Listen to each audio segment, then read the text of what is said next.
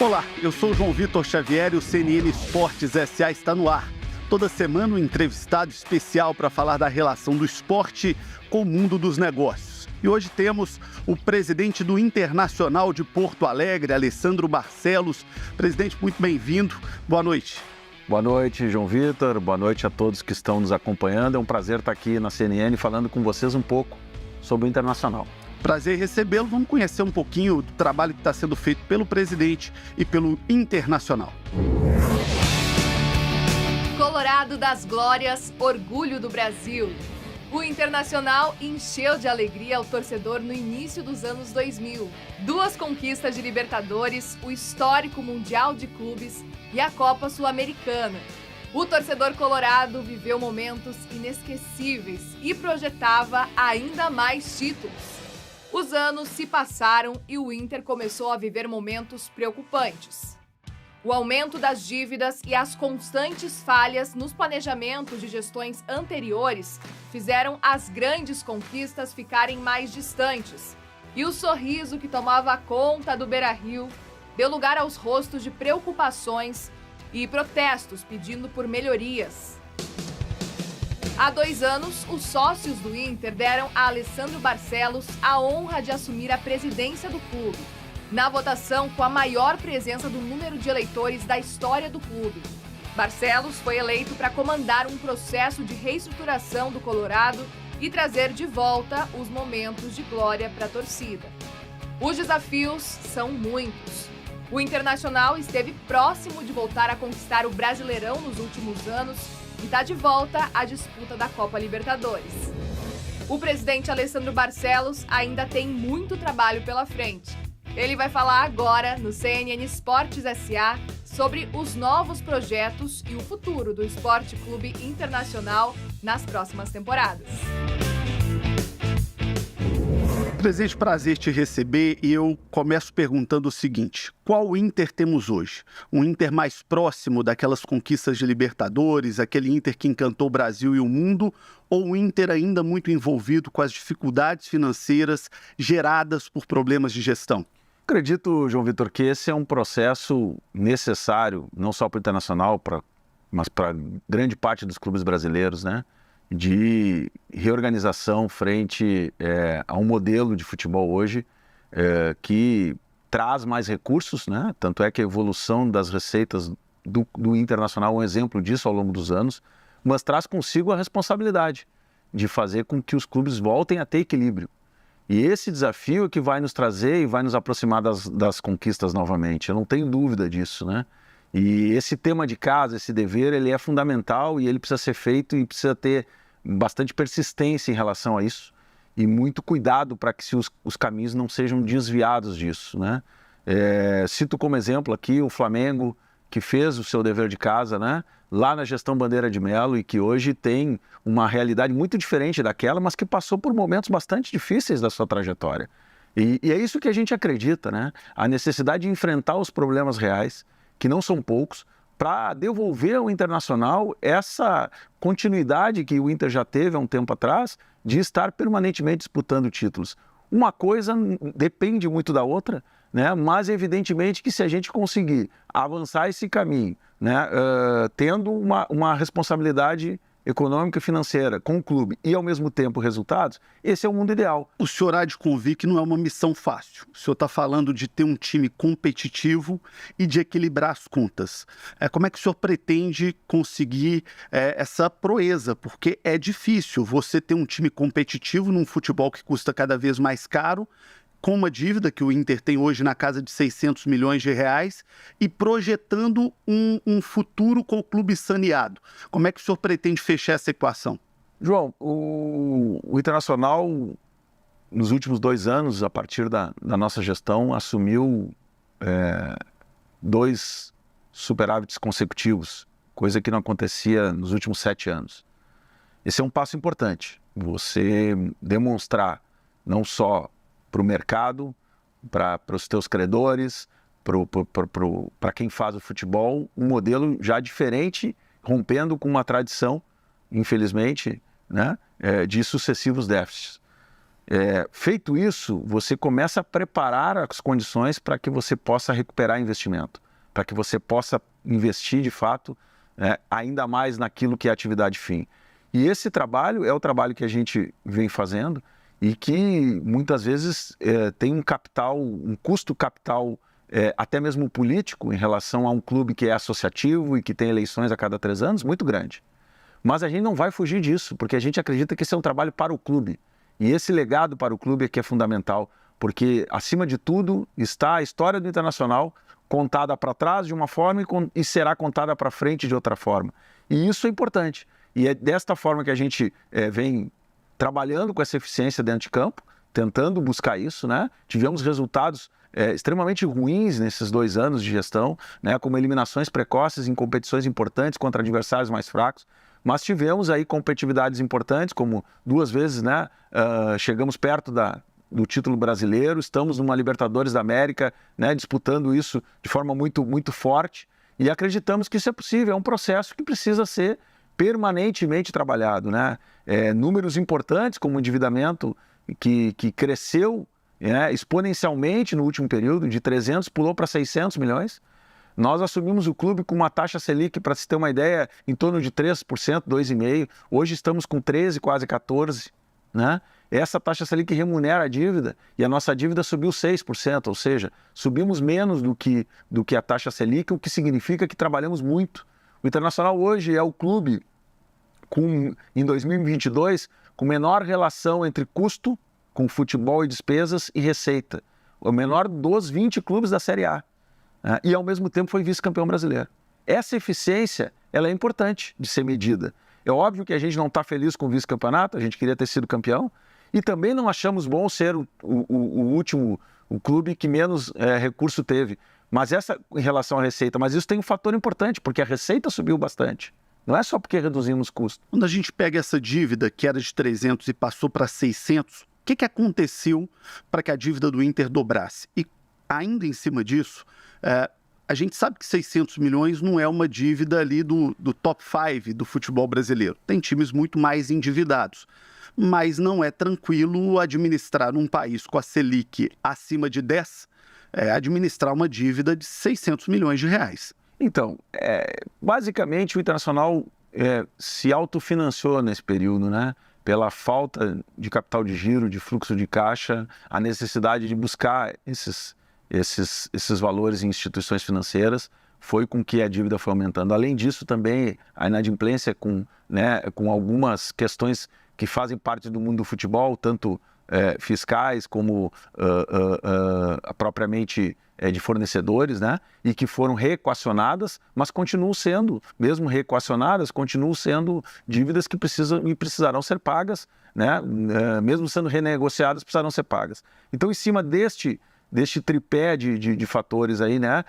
Tanto fiscais, quanto de instituições financeiras, quanto de fornecedores ou agentes, enfim, de futebol, se formaram, né, esse montante que podem e devem, e nós estamos trabalhando nisso, né? Primeiro, na busca de um alongamento desse perfil, né? Segundo, na possibilidade, sim, de recursos entrarem para que a gente possa fazer um enfrentamento com um deságio grande e com isso diminuir bastante a dívida. Esse é um fator importante, mas para isso você precisa de receita nova. E aí trabalhar em receita nova, né, é fundamental. A gente teve um problema da pandemia, foram quase 2 anos, né, praticamente, em que os negócios diminuíram muito, mas aumentamos a receita significativa no clube, aumentamos a receita de marketing de forma significativa também. Fizemos a maior receita da história do Internacional em 2022. Que foi de quanto, né, presidente? Em torno de 500 milhões. E isto nos ajudou muito a enfrentar esse primeiro momento, a estancar o aumento do endividamento, mas não tivemos capacidade de pegar esses recursos novos para investimento. O senhor tem montado times, pelo menos no meu entendimento, com os pés no chão. A gente não vê o Inter fazendo grandes loucuras na sua gestão. E a gente sabe que vem sempre uma pressão grande da arquibancada para isso. Recentemente, o Inter anunciou a contratação do Ener Valencia, que é um jogador da prateleira de cima do futebol sul-americano, um investimento mais caro, mais pesado. Como é que foi a decisão de fazer um investimento desse porte e como é que o Inter compôs a receita para fazer esse investimento? Importante contextualizar isso, né? Os 2 anos de de superávit, né? Por exemplo, nesse último ano foi um superávit superior a 31%. Nós tivemos, como eu falei, 70 milhões de redução entre custos e despesas comparado a 2019, que é um ano cheio. 2020 e 2021 tivemos pandemia, então deixamos essa comparação, né, para fazer com um ano completo como foi 2019. Nós tivemos o maior EBITDA da história do clube, 114 milhões. Nós tivemos, infelizmente, aí um peso de quase 40 milhões de pagamentos de dívidas anteriores que a gente teve que pagar porque estavam no limite das negociações e algumas até de acordos judiciais. E essa reorganização, né, nos permitiu abrir espaço, por exemplo, né, numa folha de pagamento, na manutenção do elenco, nas saídas que tivemos, para que a gente pudesse trazer jogadores aí que fizessem a diferença. E o Enner é um deles, né? E junto com isso, uma operação também de marketing. Nós tivemos um incremento importante, em torno de 45% do aumento das receitas de marketing. E um contrato importante, né, de betting com a Estrela Bet, que nos permitiu incluir neste contrato a possibilidade de trazer jogadores, né, dentro de um mecanismo de patrocínio, na qual a imagem desses jogadores também será utilizada para que essas empresas também tenham o seu retorno. Então, foi um trabalho bastante intenso que tivemos e isso viabiliza, sem dúvida nenhuma, uma receita nova, que é o que eu disse, que a gente precisa buscar para cumprir com esses compromissos que estamos assumindo. E temos certeza que isso já, num primeiro impacto do anúncio do jogador, já nos traz aí sinais importantes também em outras frentes, né? Por exemplo, na venda de materiais esportivos, né? Já há um aumento, no quadro social já há um aumento. Então, são questões importantes que agregam aí valores e agregam receitas a essa movimentação que a gente fez nesse momento. No Rio Grande do Sul, nós vimos duas grandes contratações internacionais, a do Valência pelo Inter e vimos a do Luizito Soares pelo seu co-irmão e adversário, o Grêmio. E ambas com participações de parceiros externos. O Grêmio trouxe uma série de investidores para ajudar na contratação do Luizito Soares e o senhor aqui nos revela que a contratação do Valência também teve apoio de parceiros externos. O senhor acredita que isso é um caminho natural do futebol daqui para frente? Que parceiros pontuais sejam trazidos para ajudar em contratações e explorar também a parte de marketing, de merchandising, em cima desses atletas, dessas grandes marcas? Eu acredito que nós, no futebol brasileiro, nós precisamos buscar novas receitas. E ao buscarmos novas receitas, esta é uma forma importante, né? Mas mais do que isso, né? Você tem hoje a capacidade com um elenco, com um direito de imagem, com aquilo que é trabalhado e que é vamos dizer assim, o que puxa, né, a paixão do torcedor, trabalhar com isso. Eu trago um exemplo importante aqui. Nós lançamos recentemente uma plataforma Mundo Colorado, né, uma plataforma importante. E essa plataforma, por exemplo, ela já tem 70 horas de conteúdo produzido, de conteúdo de alta qualidade. O que a gente faz com isso, né? A gente monetiza isso, né? E monetizar isso é trazer o ambiente interno do clube, é trazer o bastidor do clube, é trazer as coisas que até então eram restritas talvez a um grupo menor de dirigentes e funcionários, né? E fazer com que o futebol entenda que esse produto ele tem um valor importante para o torcedor que não está, por exemplo, no dia a dia do clube, que não mora em Porto Alegre, que mora em cidades distantes e que quer acompanhar o Internacional e que para isso vai fazer o seu esforço também, né?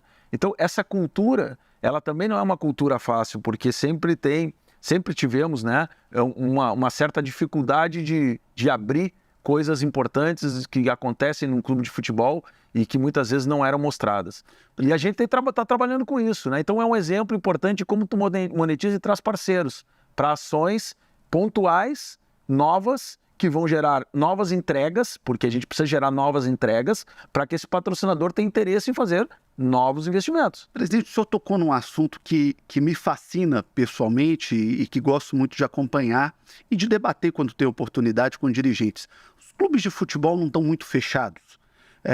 Os clubes não estão muito reféns de cartilhas dos seus departamentos de futebol que fecham cada vez mais. Porque quando o Inter está na TV, quando um jogador do Inter está dando uma entrevista, ali você está trazendo torcedor, ali você está vendendo boné, camisa, ingresso, ali a marca do seu patrocinador está sendo exposta. E a gente vê cada vez mais os departamentos de futebol fechando, os clubes cada vez mais fechados. Os clubes não estão perdendo muito com isso e não estão perdendo dinheiro com isso, presidente? Com certeza, esse é um caminho que a gente precisa avançar, né? Quando eu falava do Mundo Colorado, né, para trazer mais um dado, nós tivemos a participação de mais de 80 profissionais do futebol nessas 70 horas de conteúdo. Isso jamais era imaginável acontecer num período muito recente, né? Seja pela cultura, seja pela forma como o futebol foi constituído, né? E a gente conseguiu, a partir de um trabalho de todas as áreas do clube, conscientizar também o departamento de futebol da importância daqueles que fazem o dia a dia do clube estarem presentes. Então, se você tiver acesso ao Mundo Colorado, você vai ver que tem ali questões de bastidores, tem a vida dos atletas, a sua história, de onde eles vieram, o que construíram, coisas importantíssimas. Tem ali desafios, brincadeiras, e tem ali coisas muito sérias, como treinamentos, como questões importantes. Isso traz o envolvimento do torcedor, traz uma experiência diferente, né? A gente tem o prazer aqui de ter a parceria com a Gerdau, que sei que está lá no Internacional também, está no futebol do Rio Grande do Sul. E, inclusive, na reunião que nós tivemos com a Gerdau, para que eles estivessem aqui conosco, eles nos contavam da história da entrada da Gerdau lá no futebol do Sul, né? Porque é uma empresa nascida do Rio Grande do Sul, mas que tem uma força comercial muito grande em Minas Gerais e que começou pelo futebol mineiro e que, de repente, teve a dupla Grenal batendo na porta e dizendo: olha, nós queremos vocês aqui conosco também, né? Então, a Gerdau é uma empresa que iniciou no Rio Grande do Sul, com uma marca consolidada no estado, uma empresa importante, reconhecida por todos nós gaúchos e hoje pelo Brasil inteiro e pelo mundo. E fundamental esse apoio e esse patrocínio da Gerdau, principalmente numa área, né, que prepara o futuro do clube, ou seja, né, as nossas categorias de base. Então, a gente conseguiu, e o nosso agradecimento sempre a eles pela possibilidade de termos essa parceria, iniciando fortemente nas categorias de base, podendo participar da formação dos atletas do Internacional, e a gente tem muito orgulho de tê-los como parceiro, né, e de poder contar com a Gerdau nesse momento. Então, são empresas desse nível, são questões importantes que os clubes abram, né, as suas portas também, com credibilidade, com capacidade de investimento, com governança, para que a gente volte a atrair empresas desse nível, né, como a Gerdau, e como outras que já passaram pelo Internacional e hoje não estão e que possam retornar, para que a gente possa melhorar as nossas receitas. E para isso, não basta você entregar aquilo que entregava. Você tem que ter novas entregas. Por isso eu falo da questão do conteúdo, por isso eu insisto muito nisso, porque isso são possibilidades de entregas que os clubes têm para monetizar e buscar novas receitas. Sem isso, é muito difícil você ampliar. O que eu falo sempre quando tenho a oportunidade de conversar com um dirigente, é que grandes marcas gastam fortunas para poder ocupar espaço de mídia. E que os clubes têm isso de maneira praticamente gratuita, pelo que são, pela importância social que o futebol tem e pelo espaço que o futebol ocupa na nossa sociedade. Talvez falte ao nosso futebol ainda conseguir conciliar departamento de futebol com departamento de marketing comercial e o entendimento de que um não vive sem o outro, né? E de que é preciso, por exemplo, quando um jogador do Inter dá uma entrevista lá na querida Rádio Gaúcha de Porto Alegre, aquilo ali é um espaço ocupado pelo Internacional, para o bem da sua marca e dos seus patrocinadores, né? Eu acho que a profissionalização do futebol, Vitor, e nós procuramos muito isso no Internacional, quando assumimos, colocamos pela primeira vez, né? Já tivemos uma experiência curta, mas de fato consistente, um CEO, montamos todas as áreas com seus executivos, né? No marketing, no financeiro, nas operações, né? Em todas as áreas do clube, hoje a gente tem um executivo coordenando essa área, né? Quando a gente faz esse movimento aí, a gente busca também dar transparência às ações ao futebol. E o jogador hoje ele é um atleta profissional. Portanto, a relação ela é profissional com o clube. E se ela é uma relação profissional com o clube, ele também tem que entender, e a gente faz esse trabalho de diálogo, que aumentar as receitas do clube, dar visibilidade ao clube, é um trabalho de todos nós. Né? E quando você assina um contrato profissional com o clube, você entra para dentro dessa instituição e ajuda. Com ônus e bônus. Com ônus e bônus. Então, esse diálogo a gente sempre teve, né? E sempre tem, né? Seja nas contratações que fizemos, seja naqueles que lá estão, né? E não foi diferente no caso específico aqui do Enner, né? As questões constam, inclusive, contratuais, dessa importância que representa para o clube buscar novas receitas, né, desta forma. E de usar a imagem dele para isso. Cabe ao momento, a cada contratação, de aceitar ou não, e ao clube de aceitar ou não. Nós não abrimos mão disso. E ao não abrirmos mão disso, e ao mesmo tempo sermos transparentes, né, porque também é necessário, o atleta de futebol hoje ele evoluiu muito, ele conhece o mercado, ele sabe como funcionam as coisas, você acaba conseguindo trazer também para que eles participem, de alguma forma, desse processo de aumento da receita e, consequentemente, a melhoria para todo mundo. O Internacional hoje tem um contrato, este ano, de voo fretado para todos os voos. Isso foi graças a uma conquista também de um trabalho do marketing e de uma conscientização dos atletas de como que a gente vai fazer para viabilizar isso. E esse é um ganho fundamental numa temporada com 80 jogos, com 70 jogos. E por um time que está no Rio Grande do Sul, que é no extremo sul do Brasil, né? E que vai jogar, às vezes, no Ceará contra o Fortaleza. Então, esses movimentos, se eles são transparentes, todo mundo enxerga um ganho. E se todo mundo enxerga um ganho, todo mundo contribui. O que nós não podemos é ter falta de transparência e, ao mesmo tempo, querer exigir coisas que depois não traduzem em retorno para o próprio clube. Presidente, o senhor falou que o Inter está se estruturando e se organizando. Tem CEO, tem diretorias profissionais. E num momento como esse, em que foi aprovada a SAF no Brasil, e que muitos clubes buscam esse caminho, é inevitável te perguntar se esse é um caminho para o Inter, se o Inter pensa nisso. Como é que está essa questão da SAF nos corredores do Colorado? Acho que tem dois assuntos, eu vou falar desse específico, mas para dizer que são inevitáveis que os clubes brasileiros tratem, né? O assunto das SAFs e o assunto de uma formação de uma liga, né? No tema da SAF especificamente, nós temos aí modelos de SAF sendo formadas, né? A gente acredita que são ondas de formatos, de tamanhos de clubes, de endividamentos, né?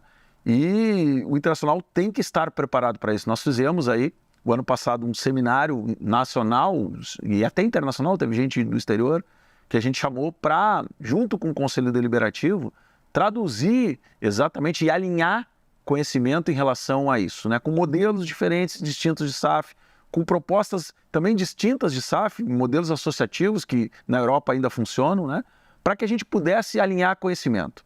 E a partir daí ter um processo de amadurecimento sobre isso. Mas nós acreditamos que o caminho é, primeiro, termos uma governança forte no modelo associativo, fazermos com que o Internacional equacione os seus problemas financeiros. Isso trará ao Internacional uma condição de discussão de um modelo de financiamento futuro diferente de ele entrar num modelo agora onde a sua dívida ainda é alta, onde a sua capacidade de redução ainda é com dificuldade. E é isso o modelo que a gente acredita. Além disso, né, o Internacional tem um modelo associativo, um clube centenário, né? E com o clube, se me permite a interrupção, presidente, com o maior número de sócios do Brasil. Exatamente, com mais de 100 mil sócios, 120 mil sócios, com a possibilidade e com a participação, melhor dizendo, deles ativamente nos processos do clube, né? Então, esse é um processo que ele não é um processo rápido, né? E ele também não é um processo definitivo, não se sabe se este é o melhor caminho. Mas a gente precisa fazer a nossa parte. Qual é a nossa parte? É exatamente buscar dar ao clube uma situação financeira mais equilibrada, para que aí a gente possa discutir modelos que são modelos diferentes que existem no mundo, de participação majoritária, minoritária, de uma organização, né, associativa com uma governança forte, né? E isso passa por um amadurecimento, por uma melhoria na condição financeira, inclusive por mudanças estatutárias importantes que o clube, né, hoje tem um estatuto associativo e que remete, né, muitas matérias que são matérias de dia a dia, matérias corriqueiras do clube a uma instância do Conselho Deliberativo, né, o que faz com que a gente tenha também que discutir esse modelo de governança. Tem uma frase do senhor aqui na nossa tela, o senhor disse o seguinte: precisamos ter uma qualidade maior nos gastos. Quando o senhor diz isso e diz que o Inter se prepara para ser uma SAF, o que o senhor está dizendo é que o Inter vai inverter a ordem do que está sendo feito no Brasil? Nós vimos grandes clubes do Brasil, como Botafogo, como Cruzeiro, como Bahia, buscando resolver parte do seu problema financeiro com a SAF. O Vasco também. O senhor está dizendo que o Inter vai tentar primeiro ajustar a casa para depois buscar um parceiro externo, para depois buscar uma SAF? A nossa ideia é exatamente construir uma governança mais forte, construir um modelo de sustentabilidade do clube com uma redução drástica da dívida, poder trazer o clube a um patamar menor de endividamento, né? E com isso tratar desse tema de uma outra forma, né? Com outro patamar. Eu acho que alguns clubes também vão fazer isso, não é só o Internacional, né? Que conseguem fazer isso com mais tempo e com mais estabilidade. Então, isso é um passo importante, né? E quando a gente fala da questão dos gastos, né? É exatamente isso, é poder dar mais eficiência, né? É poder admitir erros sem escondê-los debaixo do tapete. Isso é uma performance que muitas vezes os clubes assumem de forma errada para proteger o seu patrimônio político, não admitem os seus erros e não os corrigem a tempo de diminuir o prejuízo. Nós, quando contratamos um jogador e temos e todo mundo erra nas contratações e vemos que esse retorno ele é um retorno que não está adequado com aquilo que a gente investiu, nós não temos problema nenhum de tirarmos esse jogador num curto espaço de tempo, de resolvermos a situação e de admitirmos que erramos.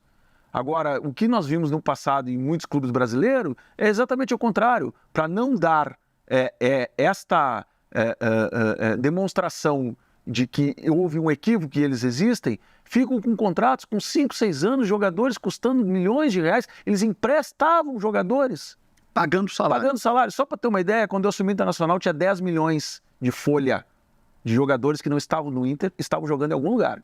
Com o Inter pagando a conta. O Inter pagando. Hoje não chega a 500 mil. Então isso é fundamental, porque isso é eficiência no gasto. Se a gente não estiver tratando disso, a gente vai estar mostrando uma coisa para fora e fazendo outra para dentro. Presidente, daqui a pouquinho eu quero falar com o senhor sobre um tema importante, que é a Liga Nacional. Pode ser Libra, pode ser Liga Futebol Forte, pode ser um terceiro modelo que venha disso, mas eu quero falar muito sobre a Liga daqui a pouco com o senhor, porque eu sei que o senhor é um entusiasta do tempo. Mas antes eu quero chamar o nosso Jairo Nascimento, que tem as notícias do Giro SA. Vamos lá, Jairo!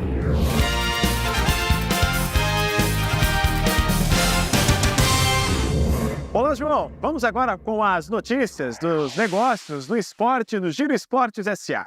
E começamos falando sobre o Coritiba, que concretizou a venda de 90% da SAF para a Tricorp.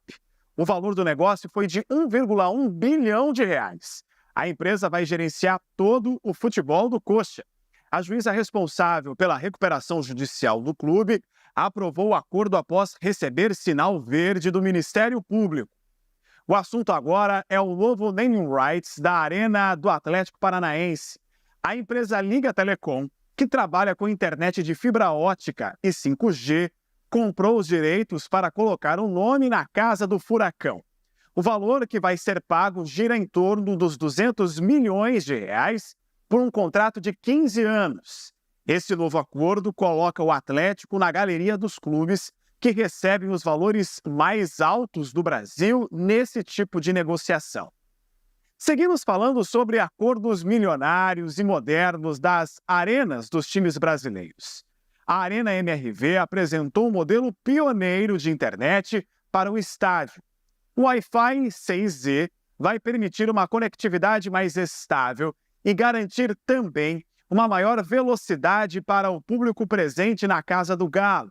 Essa tecnologia ainda não é utilizada no Brasil e a Arena MRV, considerada a mais tecnológica da América Latina, vai ser a primeira a receber a novidade.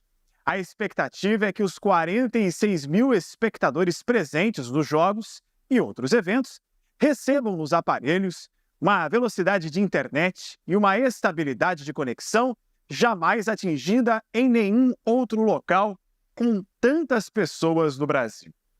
Essas foram as notícias do mundo dos negócios do esporte. Eu volto agora com você, João, e a sequência do papo com o Alessandro Barcelos, presidente do Internacional. Obrigado, Jairo. Presidente, para que o senhor responda depois do intervalo, nós teremos uma liga de verdade no futebol do Brasil? Daqui a pouquinho o presidente do Inter, Alessandro Barcelos, responde aqui no CNN Esportes SA.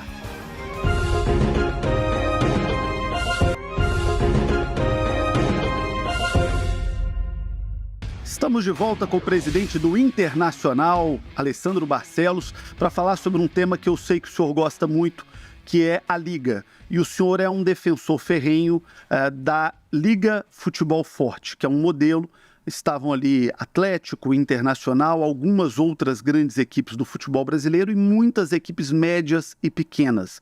E do outro lado, na Libra, alguns dos gigantes, como o Internacional, que é um gigante do futebol brasileiro, mas escolheu estar em outro processo. Por que essa opção do Inter e por que o Inter defende o modelo defendido pela Liga Futebol Forte? Bom, João, primeiro eu sou um entusiasta de uma liga única. Não abro mão disso e tenho defendido isso em todos os lugares, porque acredito que esse é o caminho para o futebol brasileiro, né? O Brasil é um dos poucos países do mundo que não tem uma liga de futebol organizada. E isso faz com que potencialize o produto, e potencializando o produto, todo mundo vai ganhar. Então a gente tem defendido muito isso, né?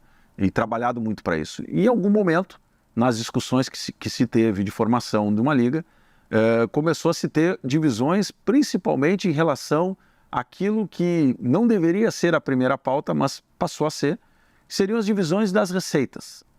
E hoje, as divisões das receitas do Campeonato Brasileiro, elas passam por uma distorção muito grande, né? Fruto de contratos que foram feitos num momento muito diferente do momento atual. Não existia a lei do mandante, não existia um conjunto de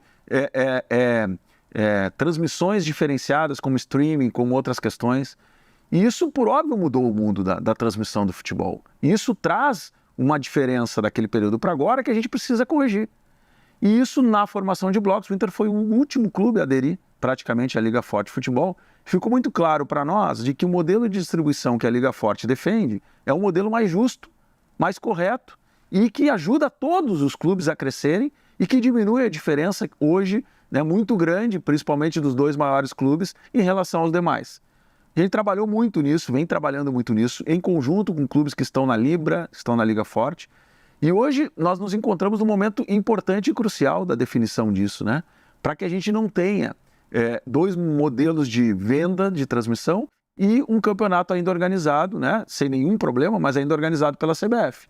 O que é importante nisso? É termos um modelo único de venda e um modelo único de organização do campeonato, para que a gente possa ter o domínio de produtos, inclusive, que hoje não fazem parte das receitas dos clubes. Estamos defendendo isso, né? Estamos tratando disso nesse momento e acreditamos que, independentemente dos investimentos que estão sendo propostos, da forma como estão sendo propostos, é fundamental que a gente não perca nunca esse objetivo de estarmos numa liga única do futebol brasileiro, independentemente se é Libra, se é Liga Forte ou se é, quem sabe, uma terceira via construída a partir dessas questões. O importante é que a gente não tenha bloqueios nessa construção para que a gente tenha melhor resultado no final. O presidente do Botafogo, ou dono da SAF do Botafogo, ele disse que perdeu a paciência com o processo, que é muito moroso e que não vai mais esperar, que vai negociar individualmente a porção do Botafogo nesse processo.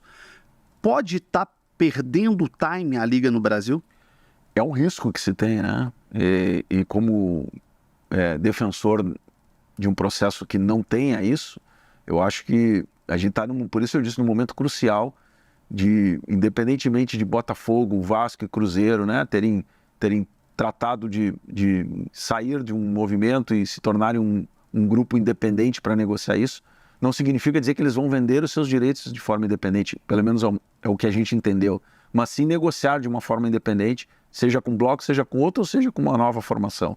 Eu acho que nós precisamos entender aonde estão as diferenças, e elas são poucas, na minha opinião, em relação não ao tamanho e volume de recurso, mas aos itens colocados, né? Se elas são poucas e basicamente se refere à divisão de recursos ao longo dos 50 anos, nós precisamos atacar isso de alguma forma e sermos maduros o suficiente para que entendamos, todos nós, que isso vai ser importante para todos e para o futebol brasileiro. Se a gente não tiver essa capacidade, infelizmente a gente vai correr num erro que já corremos no passado, de negociações fragmentadas, né? Com que a gente vai ter uma competitividade de um clube com outro, de blocos, mas no todo vai ficar muito dinheiro na mesa.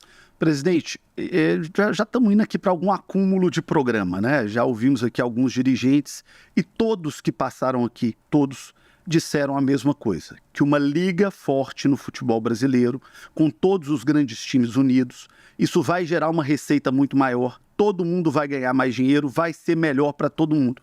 Se vai ser melhor para todo mundo, se todo mundo tem esse sentimento, o que falta para essa liga sair? falta um entendimento dos clubes como um todo, os 40 clubes, né? Ou vamos falar Série A e Série B, de uma forma de divisão desses recursos ao longo dos 50 anos. Hoje existe uma tese que concentra recursos e outra tese que desconcentra recursos. Isto está praticamente inviabilizando um acordo, né? E quando você tem esta tese inviabilizando o acordo, você tem que ver o que é pior ou melhor para o futebol brasileiro na sua grande maioria.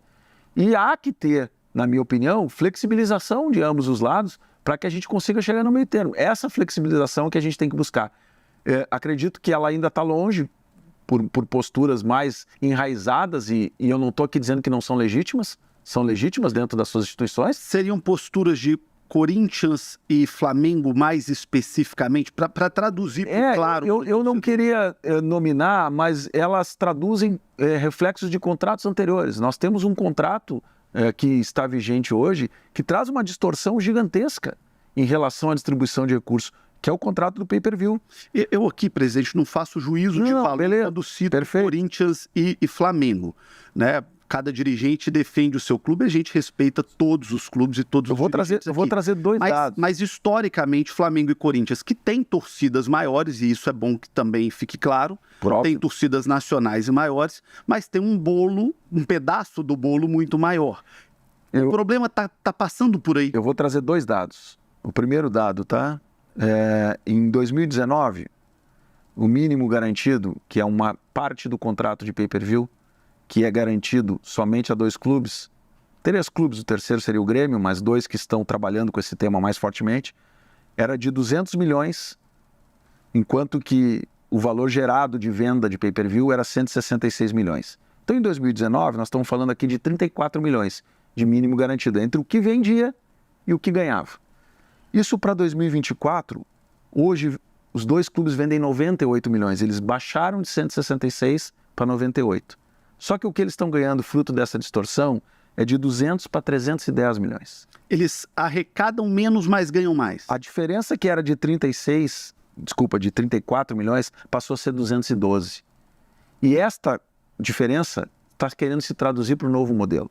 E nós achamos que isso não é real, porque os contratos vencem em 2024 e muito provavelmente, já dito pelas emissoras e por todos aqueles que fazem negócio com futebol, isso não é mais possível manter.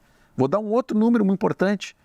Quando nós iniciamos a venda do pay-per-view em 2019, no novo contrato, todos os clubes faturavam 368 milhões de reais. Só Flamengo e Corinthians, como eu falei, faturavam 200. Essa pirâmide se inverteu.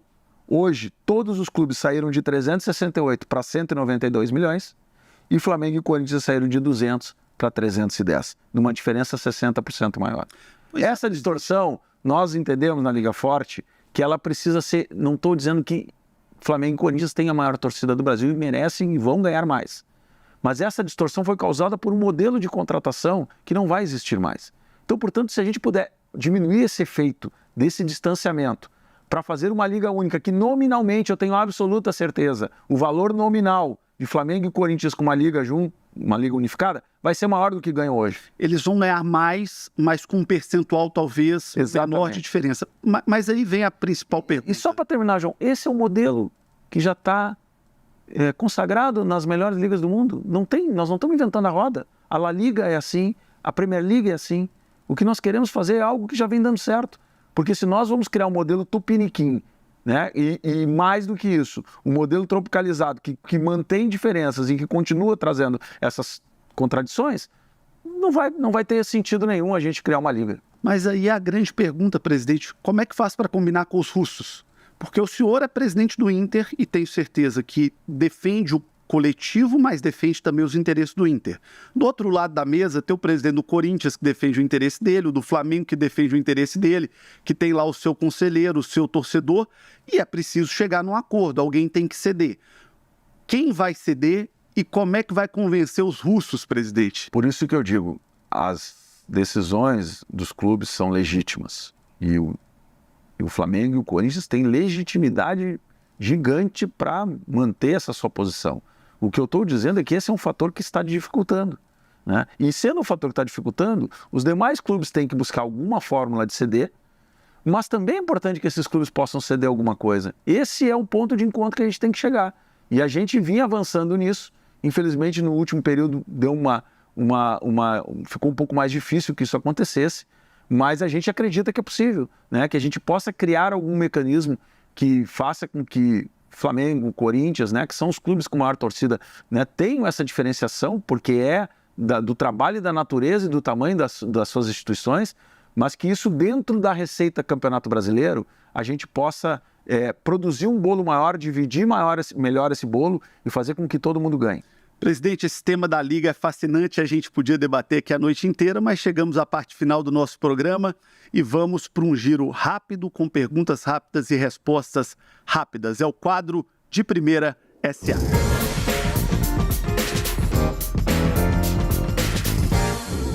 Presidente, um jogo histórico do Inter. Internacional e Barcelona. Falcão, D'Alessandro ou Fernandão? Os três, essa é uma pergunta que é impossível. Não pode fugir, presidente. Não tem como. Todos eles grandes ídolos, né? E talvez muito pela minha infância e adolescência, né? Nos anos 70, talvez o Falcão tenha uma simbologia na formação de um colorado, mas D'Alessandro e Fernandão vieram depois e trouxeram títulos e valores impressionantes para o Inter. Qual é a maior alegria da alma do torcedor do Inter, do Colorado, aquela que jamais vai ser esquecida? Acho que tem várias fases, né? Os tricampeonatos brasileiros, a Copa do Brasil, Bi da América, para falar dos maiores, e o Campeonato Mundial, eu acho que esse sim, frente a um poderosíssimo Barcelona, nos fez e nos fará, ao longo da história do clube, jamais esquecer desse momento mágico, fantástico, que nos orgulha muito. Presidente, eu tenho perguntado a todos os dirigentes que passam por aqui. A gente vive um momento de transição do nosso futebol. Talvez uma das páginas mais importantes, um dos momentos históricos mais importantes do nosso futebol. O futebol brasileiro vai dar certo? Não tenho dúvida que vai dar certo, desde que a gente possa fazer a nossa parte. Os clubes, né, a CBF, as federações, porque tem um potencial gigante de ser talvez uma das 3 maiores ligas do mundo. Se a pergunta sobre o momento do futebol é para todos, essa é só para o senhor. Alguma chance do presidente do Inter ser visto, por acaso, passeando em Porto Alegre com uma camiseta azul? Jamais. Nós não temos a camiseta azul no guarda-roupa, nenhuma. Mas Lá... isso é a rivalidade do futebol, não é? Lá até a cor do patrocínio se muda, né? Não, é obrigatório. Isso para os dois lados, sempre foi assim. A Gerdau me contou que teve que trocar o azul da marca da Gerdau para o Inter e lá atrás a Coca-Cola trocou o vermelho da sua marca pelo Grêmio, né? E a gente não precisa nem exigir, né? Quando o pessoal chega, já sabe que tem isso e já nem propõe algo diferente. Presidente, muito obrigado pela entrevista, um prazer recebê-lo aqui. Muita sorte para esse glorioso Inter que eu tive o privilégio de cobrir as finais do Inter campeão da Libertadores, naquele timaço de Fernandão e Rafael Sobis, que venham muitos outros títulos para o nosso Colorado. Muito obrigado, João Vitor, obrigado à CNN, um prazer estar falando com vocês aqui e que a gente possa ter contribuído também com ideias e com propostas para o futebol brasileiro. Muito obrigado a você que nos acompanhou. O CNN Esportes SA fica por aqui, mas semana que vem teremos um outro convidado ou convidada especial para falar sobre o esporte, sobre o mundo dos negócios, esse negócio tão apaixonante que cresce tanto. Obrigado pela audiência, um grande abraço.